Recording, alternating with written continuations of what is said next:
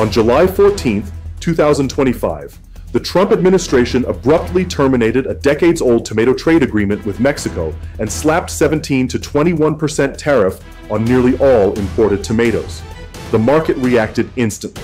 Prices spiked, shipments stalled. Across the border, farmers and wholesalers were left in limbo. Mexico, which supplies over 90% of U.S. tomato imports, didn't retaliate loudly. Instead, they rerouted their billion-dollar industry away from the United States and into Canada. Within weeks, tomato crates once destined for Texas ports were docking in Vancouver instead. Cold chains were redrawn. Trust was broken. What does it mean when a tomato, of all things, can destabilize the future of North American trade? For decades, the tomato trade was a quiet triumph of North American integration. Under a 2019 suspension agreement, Mexico supplied over 90% of the fresh tomatoes consumed in the U.S., a pipeline valued at nearly $3 billion annually. Every winter, when American greenhouses slowed, Mexican farms in Sinaloa and Baja filled the gap. From seed to shelf, tomatoes passed through a seamless cold chain. Cooled trucks from the fields, customs brokers at Laredo, wholesalers in Texas, and finally into restaurants and supermarkets across America.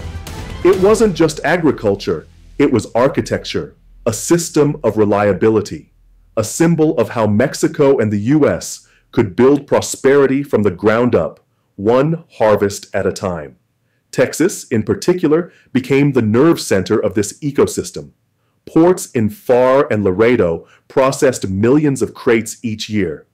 The tomato trade supported more than 32,000 jobs across warehousing, logistics, and distribution. For towns like McAllen and Edinburgh, it wasn't just produce, it was lifeblood. But even in that prosperity, cracks had begun to form. American growers, especially in Florida, complained of undercutting. They accused Mexico of dumping tomatoes at unfairly low prices, demanding investigations and tariffs. Trump, eyeing support in key agricultural states, promised action. The political winds shifted. Tensions over immigration, border policy, and trade imbalances spilled into agriculture. In Washington, tomatoes became collateral in a broader ideological struggle. By mid-2025, quiet complaints had grown into action. The administration began signaling its intent to withdraw from the suspension agreement. Industry insiders were rattled, but few predicted the full termination would come so suddenly, or with such heavy-handed tariffs. In a region defined by integration, the tomato had become a wedge, and that wedge would soon split supply chains, reshape alliances, and ignite a new phase of North American rivalry. The U.S. rips the deal. On July 14, 2025, the Trump administration made it official. The United States was terminating the tomato suspension agreement with Mexico. The decades-long pact, originally designed to avoid anti-dumping investigations, had regulated tomato prices and ensured the steady flow of Mexican imports into the U.S. market. With its removal, Washington imposed duties ranging from 17% to 20.91% on nearly all Mexican tomato shipments, effective immediately. The announcement was made in classic Trump fashion. At a press event framed by American produce baskets, Trump railed against foreign agricultural cheaters, calling the deal a surrender to Mexico. "We're taking back our farms," he declared. "No more unfair trade, no more dumping. America grows its own." But economists and trade experts saw a different story. This wasn't about tomatoes, it was about leverage. The tomato agreement had become a flashpoint in broader grievances: immigration tensions, cartel violence, labor outsourcing. The Trump administration viewed the pact not as a shield, but as a tool of capitulation to a neighbor it no longer trusted. Ending it was as much political theater as policy. Behind closed doors, advisors justified the move as support for Florida's tomato growers, who had long pushed for stricter enforcement. In an election year, delivering tariffs meant delivering votes in key battlegrounds like Florida and Georgia. The U.S. Department of Commerce echoed this rationale, stating that persistent undercutting by Mexican growers threatens the viability of domestic producers. But the backlash was swift. Major retailers like Walmart and Kroger, which rely heavily on year-round tomato imports, warned of rising prices and limited availability. Restaurant associations lobbied against the move, noting that even ketchup and sauces would cost more. Processors and packaging plants in Texas, Arizona, and California braced for disruption as contracts were suddenly suspended. In Laredo and Pharr, America's top import hubs for Mexican produce, warehouse owners faced a chilling new reality. Shipments arriving from Sinaloa were held up, customs offices were overwhelmed, trucks backed up for miles, some carrying perishable goods set to spoil. One logistics firm in McAllen reported a 38% drop in tomato throughput within 2 weeks. "Our workers are being sent home," said a manager. "There's nothing to move." The policy's impact was not hypothetical. It was immediate, and it was painful, yet the White House remained unfazed. Officials dismissed the disruptions as temporary. Trump, in a follow-up rally in Tampa, even joked, "If you want a tomato, grow one. If you don't like the price, vote for me and we'll fix it." The administration had ripped up the deal. What they hadn't counted on was how quickly Mexico and Canada would regroup. Mexico and Canada strike back. While U.S. officials celebrated a supposed win for America's farmers, Mexican exporters wasted no time building a Plan B.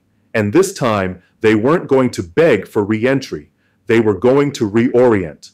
The core of that plan bypassed the United States entirely. Within weeks, Mexico's largest tomato cooperatives, led by growers from Sinaloa, Jalisco, and Baja California, partnered with Canadian wholesalers to reroute supply chains. Instead of relying on Texas ports, they pivoted north.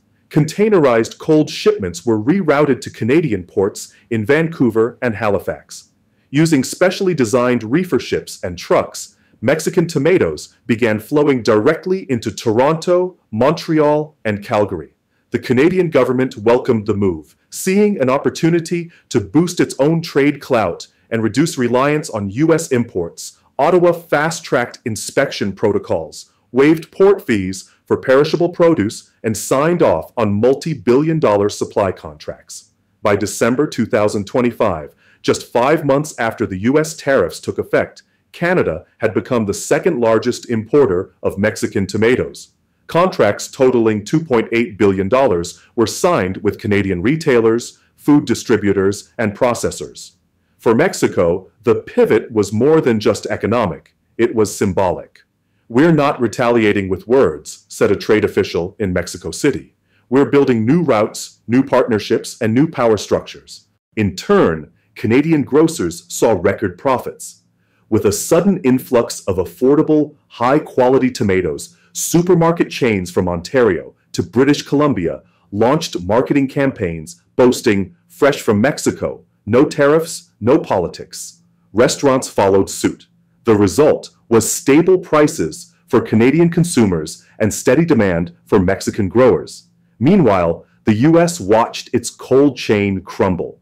Ports in Texas reported volume drops of 30% in fresh produce. Thousands of warehouse and transport jobs faced elimination. One logistics hub in Laredo estimated $1.2 billion in annual lost revenue. Tomato processing plants in California idled entire shifts. More broadly, a sense of betrayal took hold.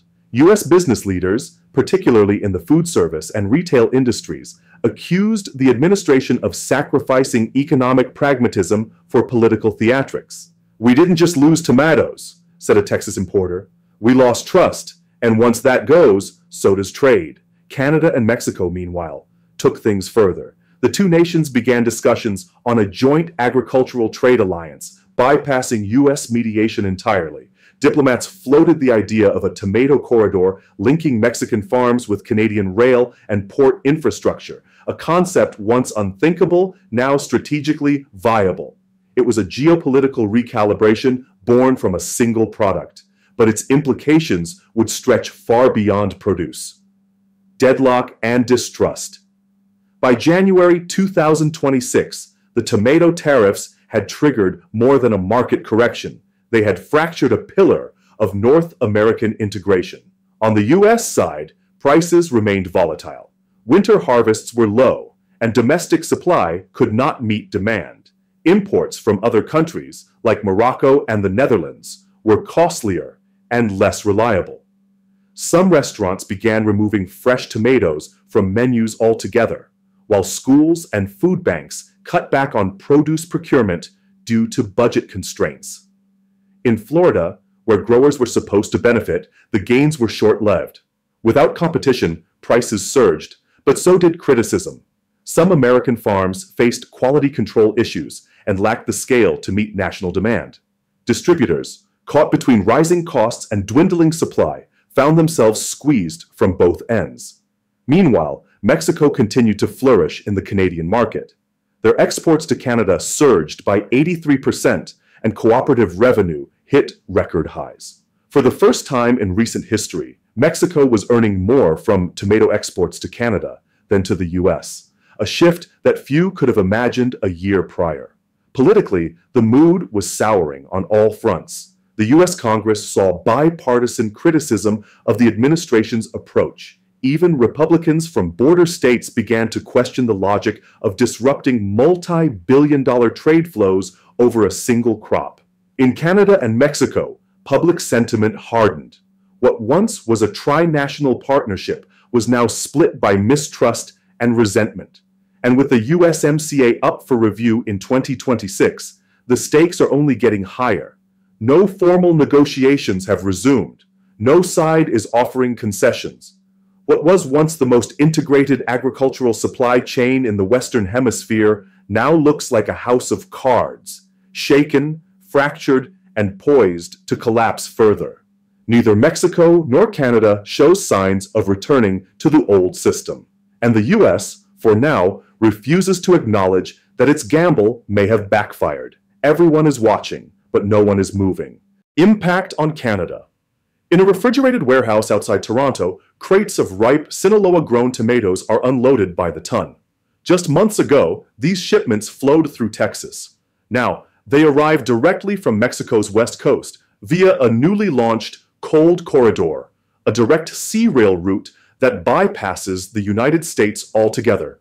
For Canadian grocers, it's a rare win in a volatile global economy.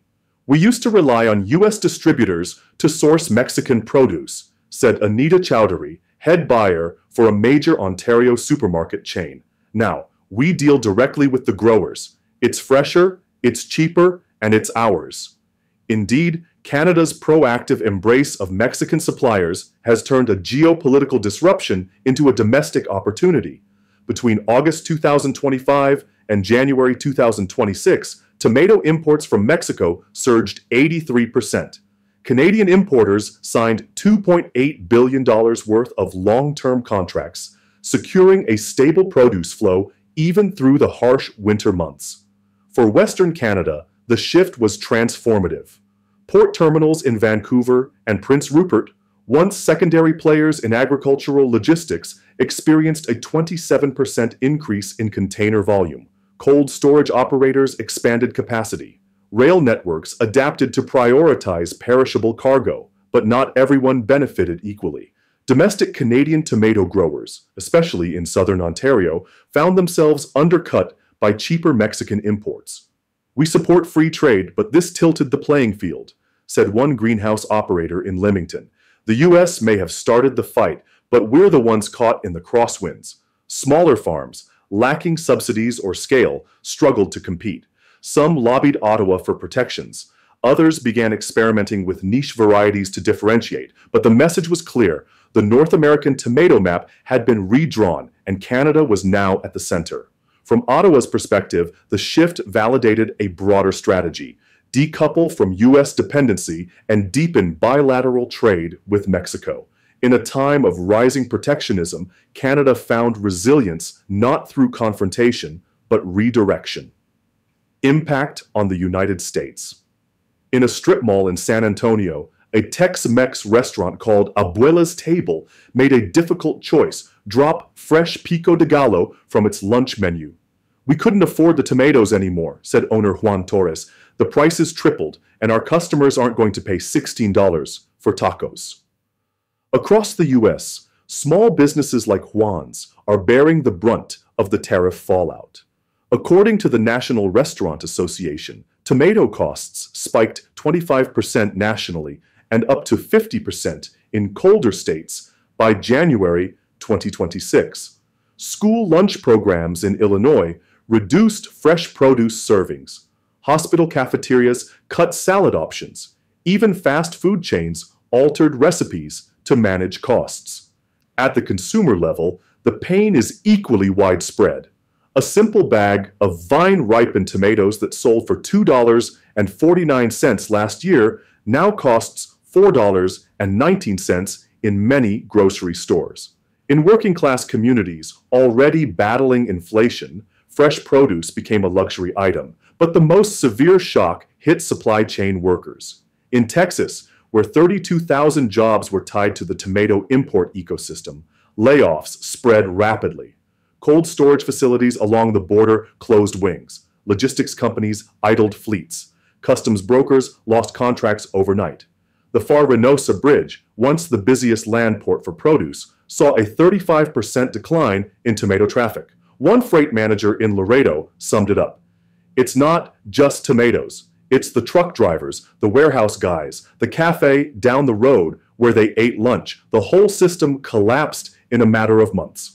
In Florida, where growers had lobbied for the tariffs, results were mixed. While prices rose, so did scrutiny. Supermarkets resisted restocking due to inconsistent quality and limited volumes. Meanwhile, international buyers began turning away from U.S. produce entirely, worried that more crops would face similar trade shocks. Trump's policy was meant to protect American farmers. Instead, it left American businesses scrambling, American workers jobless, and American consumers with higher bills. And as Canada and Mexico built new bridges, literal and diplomatic, America was left watching from the sidelines, still holding the bill. What began as a single policy targeting one fruit has spiraled into a continental reckoning. Supply chains have fractured, trust has eroded, and the economic bond that once tied Mexico, Canada, and the United States together now shows visible seams. Each country is adjusting. Canada is reaping new gains. Mexico is rerouting its future. And the U.S., once the gravitational center of North American trade, is watching critical industries slip through its fingers. This is no longer just about tomatoes. It's about the choices nations make when power and pride collide with partnership. It's about the invisible cost of going it alone in a world built on cooperation. As USMCA approaches its 2026 renewal, the question is no longer, what happens if we don't fix this? But what if this is the new normal?